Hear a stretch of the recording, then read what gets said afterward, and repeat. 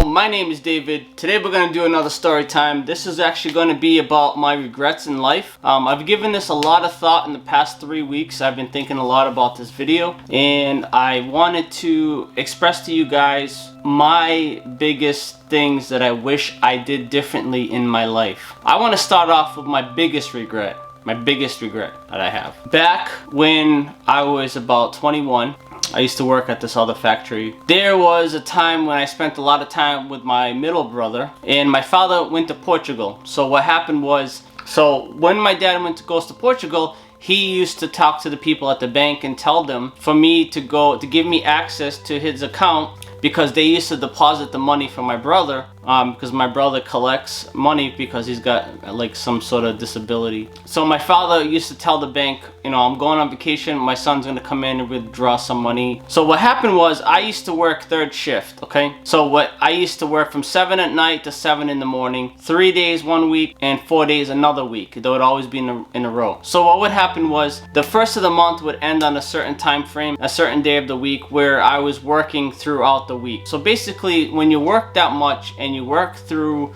12-hour days, most of the time all you got is sleep and work. I mean, you barely have time to eat. So what was happening there was, my grandmother at the time, rest her soul, she's no longer here. She died about 1.5 years ago, which was a massive blow. But anyways, my middle brother used to spend a lot of time. My grandmother what happened was, my grandmother was putting things and saying stuff about me to my middle brother, saying things like, you know, your brother's is wasting your money, because I was already 3 days past the first, and I didn't have time to go to the bank. My father's bank was like 15 miles away from my house, 20 miles, in the opposite direction of where my job was. So I figured it would be fine to just go and get it on the 3rd or whatever, you know. When I had my day off, I was going to go. So my grandmother was freaking out, you know, telling my brother that I was blowing his money and buying stupid stuff with it and things like that. So my brother told me, oh, you know, Vavor said you're doing this and this and this. That's bullshit! With my money.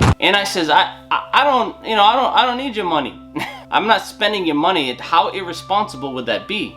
And I wasn't the brightest tool in the shed, and I'm still not, but I know better than that. So I was bullshit. Alright, I was absolutely freaking pissed. So I actually ended up going with my brother, driving to my grandmother's house, and she wouldn't open the door because I was 21 at the time, so I was really stupid. And if I could change that argument, I would. So what happened was, my grandmother wouldn't open the door for me because she knew I was pissed. And my grandmother was super religious. She should know, okay, that you don't flap the tongue like a serpent's tongue, because all that does is put you closer to hell. Gossip is the worst thing. Talking bad about people is not something acceptable at all, okay? And I'm sure that goes through all religions. My grandmother was pissed because I went over there and I was telling her off and through the door. So I went outside and she was at the screen, and I was telling her that I don't need his money, that I wouldn't steal his money, that she shouldn't be talking about me like that.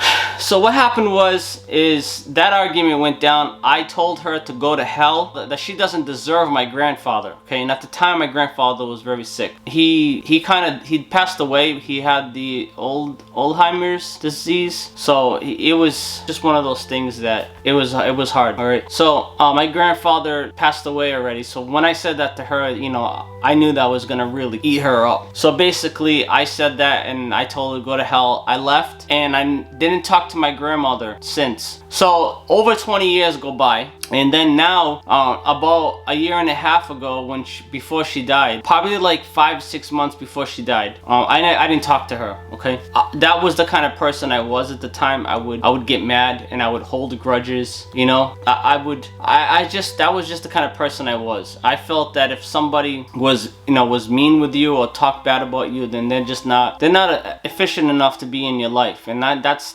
pretty much how I felt. You know, I didn't talk to her, so I regretted it all those years. Okay, I thought about her all the time, but I regret it so bad for not forgiving her and going with my heart when my heart was telling me to go see her, tell her you forgive her. I didn't do it. I didn't do that, and it eats me up. So what happened was, a few months before she died, I told my father to tell her that I'm sorry and I forgive her. A few months later, like I said, she died. I didn't even know until months after she died. My father told me. I regret it. I really regret it. Like, I wish I forgave her, and I just wish I just let it go and, you know, just went to see her. It was just something that at the time, that's just the kind of person I was. I would just hold everything inside, you know. Ever since what my mother did to me, it's kind of ruined me inside. When your own mother lets you down and your own mother throws you out the door, and then on top of that, you know, you don't usually forgive people. I was never the kind of person to forgive too much because of that. It's not that I would do, you know, take Satan's path and I'd start, you know, cutting their tires or talking bad about them or, you know, trying to screw them over somehow. That wasn't, I was the kind of person I would just cut off all communication whatsoever. I believe the reason why I was like that is because at such a young age, at 13, 14, where my own mother disowned me, I think that literally made me so much more cautious in life.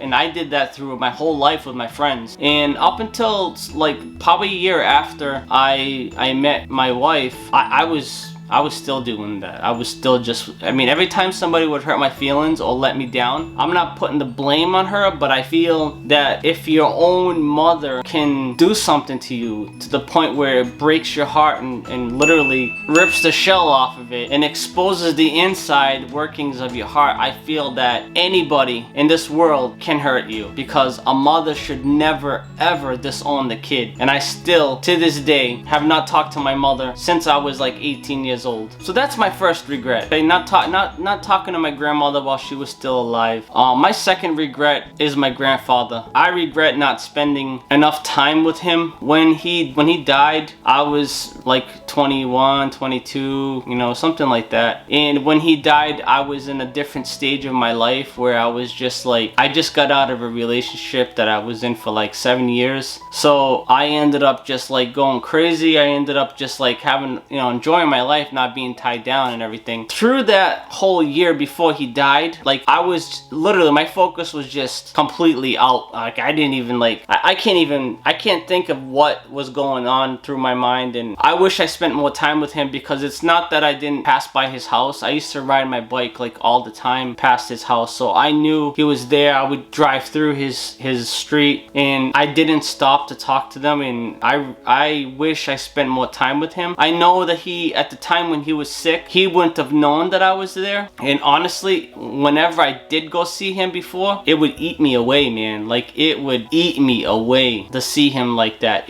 I used to just like have tears just roll out of my eyes just sitting there watching him. It was terrible, because my grandfather was such a smart person, and when I would go see him, you know, like when his mind was still intact, he was so smart, man. He used to like see me working on projects when I was little and stuff in my father's garage, and he used to come in and tell me, oh, don't do it like this, do it like this. And because I was a kid, after he left, I would just do it completely different, the way I was originally doing it, just so I could entertain him. But my grandfather was an amazing person, very good person. I only saw him mad, I think, 2 times the whole time, and he lived with us when I was younger. And I have that, like, that pain in my heart for not spending more time with him when I could have. I used to hang around with my friends when I was in high school. I used to see him on the side of the road. He would stop his car and pick up like something from the side of the road, like a tool, a screwdriver. He always used to do that all the time, you know. I remember one time he took me to a soccer game. He used to love soccer, and I was playing. I didn't care for it, so I was always playing, you know, doing something in the woods or behind him somewhere, like on the side, playing with some rocks or whatever it was. And one day I remember I picked up a stick and I was just playing, and I whammed it like a baseball bat. The freaking thing slid out of my hands, whacked him in the back of his leg. Oh my god. He was so mad at me. He looked back. You goofed up, kid. Like that, right? And he didn't say anything because there was people around, so he didn't want to look bad. But I remember when he turned around, and then I ended up seeing him like rubbing his leg after I hit him with the stick. So that's like in my mind forever. I used to go to his room when he lived with us. He lived on upstairs in the second floor, and I used to go see him and get like glue. He always had glue. He always had candies. I used to go get a candy, and then he used to give me a shot of this like Portuguese drink with a tree in it, some weird, I don't know, some crystal tree that used to be in the bottle, and it used to be clear. It looked like vodka, but I don't know, it tasted horrible. It tasted like mint. It was terrible. He used to give me a shot. It was he used to have the bottle. He used to take one shot a day, and that guy, he lived like till he was like 90. So he lived a good life. I mean, that is just another regret of mine that I wish I did differently. Like all those times that I drove by him, all those times that I was on the bus and I saw him, I wish I stopped, and it literally kills me. Like it kills me inside that I didn't spend more time with him. Like my grandmother and everything, man. I remember that when they moved to Portugal, they sold everything, you know, and they moved out of our house, and they were so sad. We cried so much because we were so attached to them. And 6 months later, they came back to see us, to live here, because they missed us so much. And I just, like, every time I think about that, I feel like I owned them my life for them coming back because they missed me and my brothers. And it's just, you know, it's regret is horrible, man. It's horrible. If I could go back and change the time that I didn't spend with them to time that I could spend with them, I would totally do it. My grandmother was a good person, you know. My grandfather was a fantastic person. I regret that. I regret it so much. And as I gotten older, I've realized that, you know, you should probably spend time with them while they're here. You know what I mean? I've gotten a lot better at that. I forgive my mom for what she did because it's molded me to who I am, but I don't want to associate with her because she's still the same way she was. And not spending enough time with my grandfather while he was alive before he was sick, and still not seeing him while he was sick because of my distractions in life. Also not forgiving my grandmother because they were really good to me, and I'm so grateful that my daughter's got amazing grandparents, because I don't want my daughter to make that mistake I made and not spend time with them, because it kills me. I mean, I can't, just talking about it, I feel like I'm just gonna break down because I'm so full of regret from that. If any of you have gone through something like that, or you're going through it now, I really feel that if it's not something severe like mine wasn't, there really was no reason for me to not talk to my grandmother for freaking 20 years just because that she talked bad about me, accusing me of stealing. You know, I have never liked being called a liar. That was no reason for me to do that. I wish that she was still around. I really do, considering that she didn't live far from me at all. I hope you guys got another glimpse of inside who I am, and understand that I'm not that same person anymore because I'm much older. I just want to say thank you to you guys for watching, and please don't make the same mistakes I did. Thank you guys for watching. I hope you guys enjoyed this. I see you guys on the next one. Please feel free to leave a comment. Thank you guys so much, and don't forget to be I am a prodigy, I am a leader, they follow me. And if I don't like them, they lie on me. Pull out the chopper, let that shit bang. If you don't like it, then you not hang. Bitch, I'm a saint, I am not blowing the dang. We're filling up cups and we sipping that dang.